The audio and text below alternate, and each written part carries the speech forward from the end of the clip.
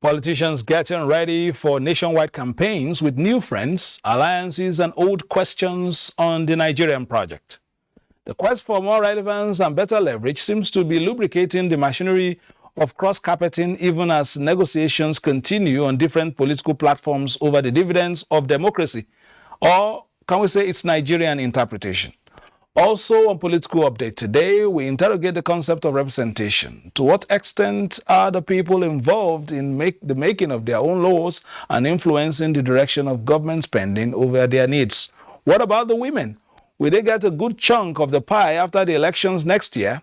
This and more in a moment. I am Fisayo Ogunfuyi. Welcome.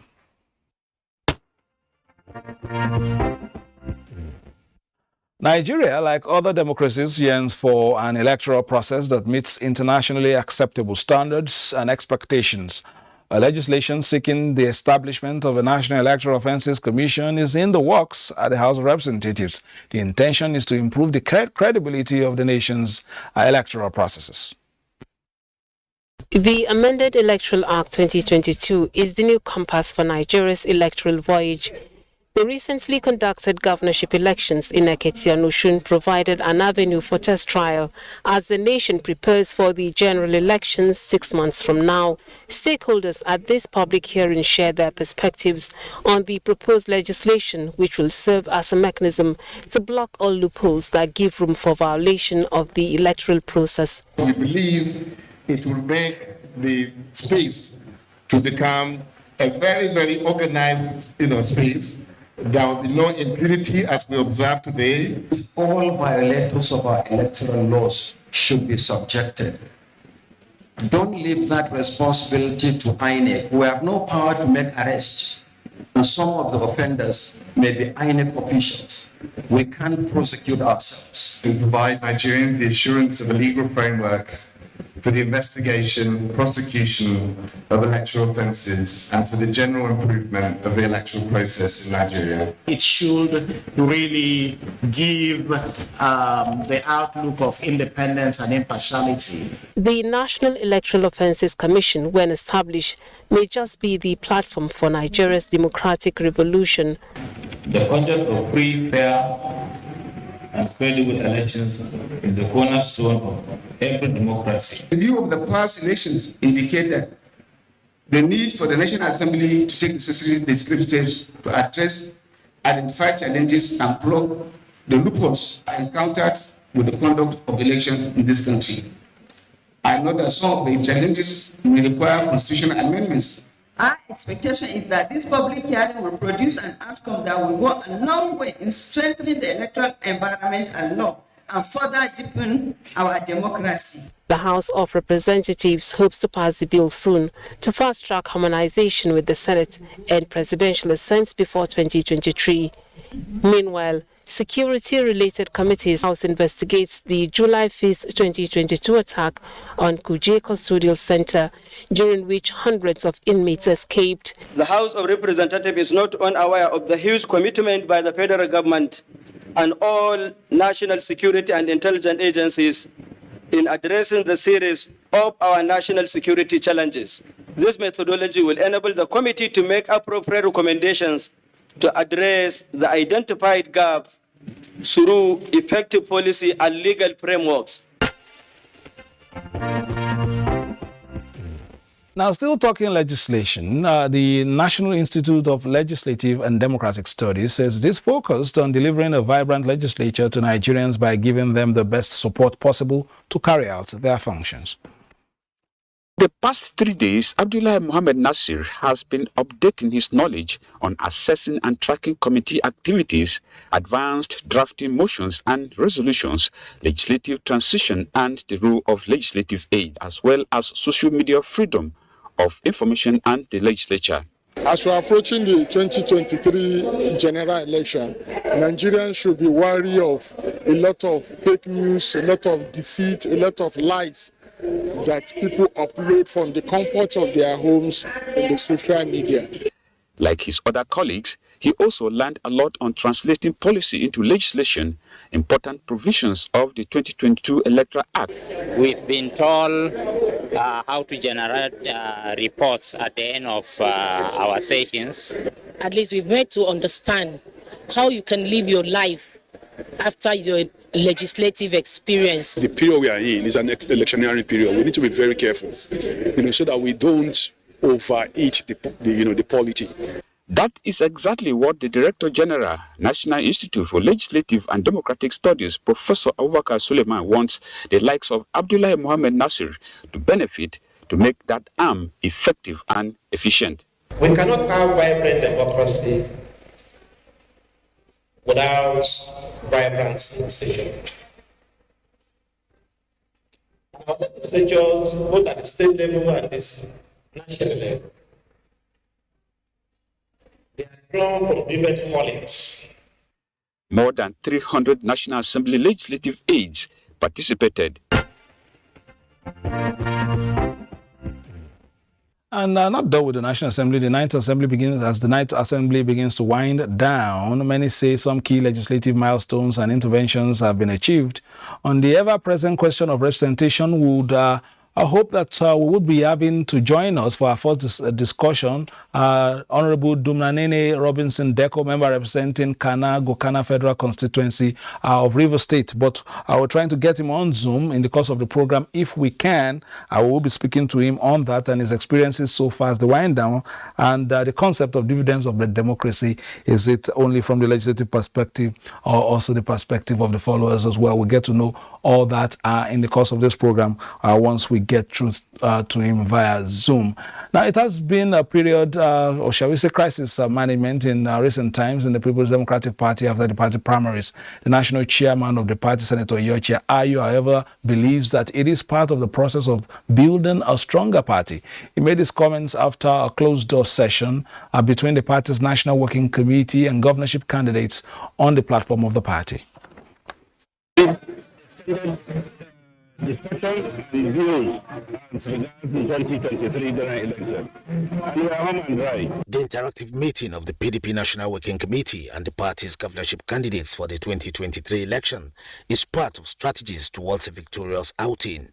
Winning at the national level and hoping to return the PDP to over 25 states as it were in the past in the forthcoming election is the desire of the members in this meeting. Candidates came and expressed their concern in their various states and briefed us on the efforts they are making to win the elections. As you know, the elections will be won in the states and not just at the national level. That the mood is very excellent, and that is the way of coming together, uniting the party. The candidates have gone to discuss with him to find out what is going on.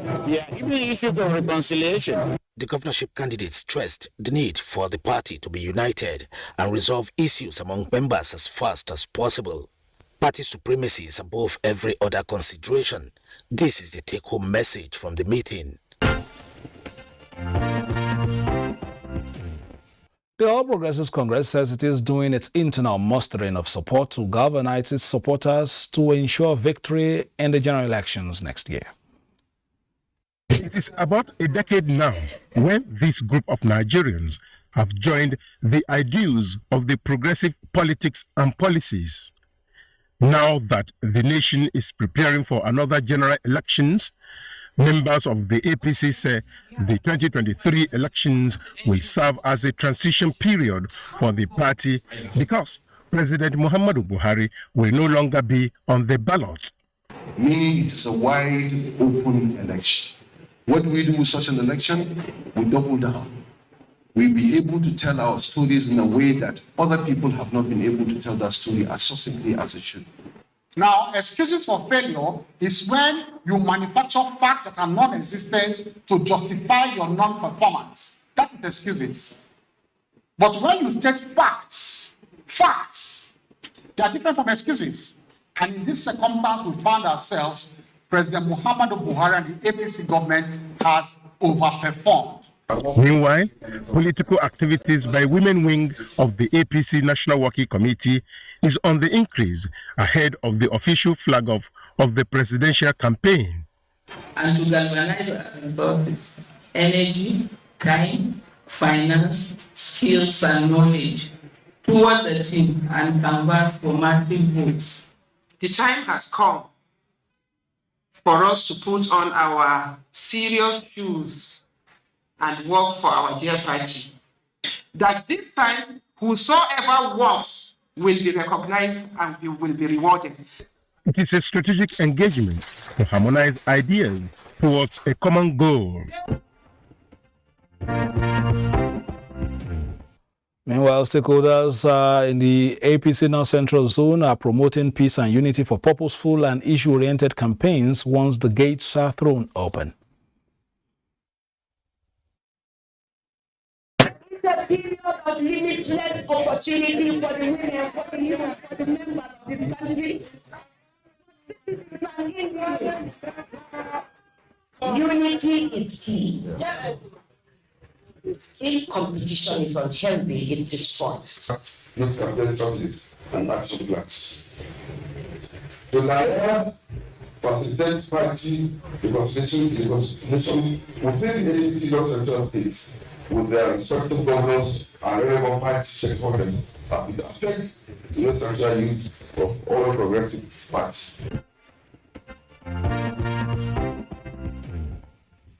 As you've seen in some of the stories there, Nigerian women say that the 2023 elections will not be a wrapper and salt negotiation.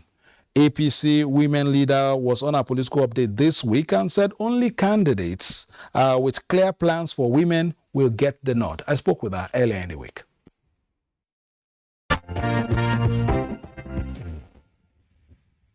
Welcome to the interview segment. Now, a lot of people have said that women are the game changers when it comes to the game of numbers in any polity. And of course, that comes to bear also on the Nigerian polity. What will the women do in terms of applying their thumb on the ballot paper come the key elections which people are waiting for with much anticipation, talking about the 2023 general elections? We have with us Zainab Abubakar Ibrahim, APC Deputy Women National Leader of that All Progressives Congress, in the saddle for a number of months now after the National Working Committee was sworn in. Thank you for joining us. Thank you very much for having me. A few days after you got elected into that position, you came to the NTA and you promised quite a number of things in terms of galvanizing the women. Exactly. How has your experience been? And I saw you on TV recently on the NTA going around some northern states. Exactly. Tell us about your interactions with the women. What are they saying and what have you been able to do in terms of bringing some change to the game? Okay, thank you very much. A very good morning. After being sworn in, we swung into action and sensitizing women on the needs, most especially to own their PVCs. Yes, because politics is a game of numbers, and it is the number you bring on table that gives you the bargaining rights. Yes, and so we went on a tour of various states to sensitize our women, mobilize them, and make sure that each and every person owns, registers, and collects her PVC. And then we went ahead to sensitize them on the importance of voting for the right candidates, which, of course, we want them to vote back our party into power to continue and consolidate on the good work they are doing. And then that gives us more chance to be included when it comes to governance, because as we all know, the female gender has the most number when it comes to voting. And so we have achieved a lot after our sensitization activities. For example, we have a female candidate Yes, governorship candidates in Adamawa, and which is unprecedented.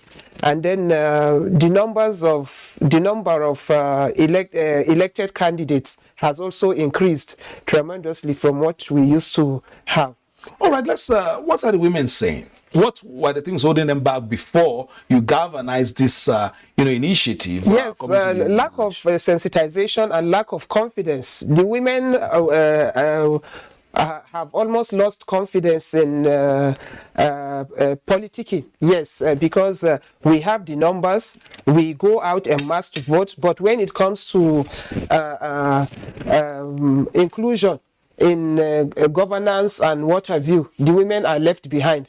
But for the first time now in my party, the APC, we have at least 2 working committee members as female, and that gives them more confidence that women are being brought on board to what concerns them. Yes, and then in the last convention we had, 2 out of every 5 state delegates were made women, and that was something that was obligatory. Every state must submit at least 2 names out of 5 as female, and so that gave them more confidence to know that they are being carried along when it comes to politics. In terms of the chances of a woman being the helmsman, because that's what we call of a state, are you galvanizing the effort to support the woman in Adamawa State, for instance, also being from the northern part of the country and the huge brick wall that she's trying to break? What is the momentum like, especially from women in that state? Have you been talking with them? Absolutely. I want to tell you that she has already broken the brick wall. Yes, for imagine as the party flag bearer, which is a very, very difficult task, and she is a grassrooter, and she has been with her women, she has been carrying them along, she has been working for women, and I want to tell you that come 2023, women are ready to vote. In fact, they are ready overwhelmingly to vote in Senator Binani as the first female governor come 2023. Okay, moving in the past, a lot of people say when you want women vote, get bag of salt, wrapper, some cubes of sugar and all this, and then get some good musicians so that they can dance. What have you been able to do so that you can ask questions before going to the polls? I want to tell you that that has changed. Women are no longer going to be supporters. We are no longer going to be a supporting club figure. No, women are asking. We are asking each and every candidate to tell us what he has for us, what he has for the women in his locality, and that will determine. I want to tell you that will determine the support women will give him. We will not support anybody. In fact, all the candidates that have emerged are people that we have talked with and have assured us of what they are going to do for women when they come on board. And so women are no longer going to support anybody that will not include them when it comes to governance. All right, women participation in politics, we had it earlier in the week, and of course, because continues to be topical. Now, the Arewa New Agenda Group says Nigerians must focus on things that unite rather than divide the nation. The group says the nation's leaders must commit their energy on national interest over personal accomplishments. The Arewa Agenda 2023 seeks to promote the continuing prominence, relevance, involvement, and participation of the North that will enable the rapid growth and development of the region in the governance and service delivery sector of Nigeria post-2023 general elections. All right, that concludes our program. Don't forget that the Campaigns proper will begin next month. That is for the presidential and senatorial, campaigns will start next month, and then others will follow thereafter. Political Update will giving you an eye on the campaigns of different political parties, and of course what they have for Nigerians. For the Independent National Electoral Commission, of course, they will also be here to tell us exactly what has been happening. Just a quick recap of how we started the program. We're talking about the Electoral Offenses Commission, and of course, like Nigeria, like other democracies, yearn for an electoral process that meets internationally acceptable standards and expectations, and a legislation seeking the establishment of a National Electoral Offenses Commission is in the works at the House of Representatives. The intention is to improve the credibility of the nation's electoral processes. Of course, we ended by telling you that the Arewa New Agenda Group says Nigeria must focus on things that unite rather than divide the nation. The group says the nation's leaders must commit their energies to national interest over personal accomplishments. And of course, the PDP says all is well in camp, and they're getting ready for campaigns as they start after a meeting with candidates on the platform, governorship candidates on the platform of the People's Democratic Party. And talking about the All Progressives Conference, stakeholders have held their meeting in the North Central Zone, and they are promoting peace and unity for purposeful and issue-oriented leadership. That's been Political Update for this week. My name is Fisayo Ogunfuyi. This is the window where you get the very best of political news, reviews, previews, and interviews. And as we always say, the political season is upon us, so play your politics for the greater good. Bye-bye now.